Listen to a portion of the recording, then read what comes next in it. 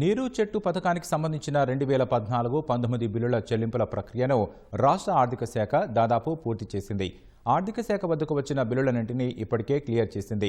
నీరు చెట్టు బిల్లుల చెల్లింపులపై సీఎం చంద్రబాబు సూచనలతో ఆర్థిక మంత్రి పయ్యావుల ఎప్పటికప్పుడు ఇరిగేషన్, ఫైనాన్స్ అధికారులతో వరుస సమీక్షలు జరుపుతున్నారు. ఇందులో భాగంగా ఫైనాన్స్, ఇరిగేషన్, జీఎస్టీ విభాగాలకు చెందిన ఉన్నతాధికారులతో మంత్రి పయ్యావుల సమావేశమయ్యారు.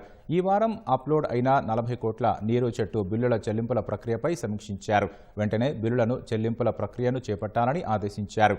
కూటమి ప్రభుత్వం ఏర్పడినప్పటి నుంచి ఇప్పటి వరకు సుమారు 800 కోట్ల మేర బిల్లుల చెల్లింపులు జరిగాయని సమావేశంలో మంత్రి గుర్తు చేశారు.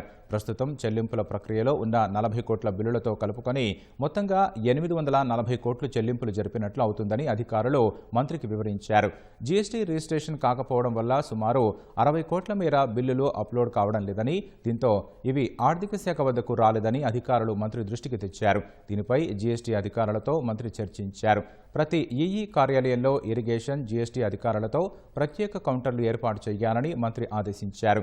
జీఎస్టీ సమస్యతో పెండింగులో ఉన్న 60 కోట్లకు సంబంధించిన బిల్లులను చెల్లించడానికి ఆర్థిక శాఖ సిద్ధంగా ఉందని పయ్యావుల చెప్పారు. దీన్ని దృష్టిలో పెట్టుకుని బిల్లులను త్వరితగతిన అప్లోడ్ చేయించి ఆర్థిక శాఖ వద్దకు చేరేలా చూడాలని ఇరిగేషన్, జీఎస్టీ అధికారులకు స్పష్టం చేశారు.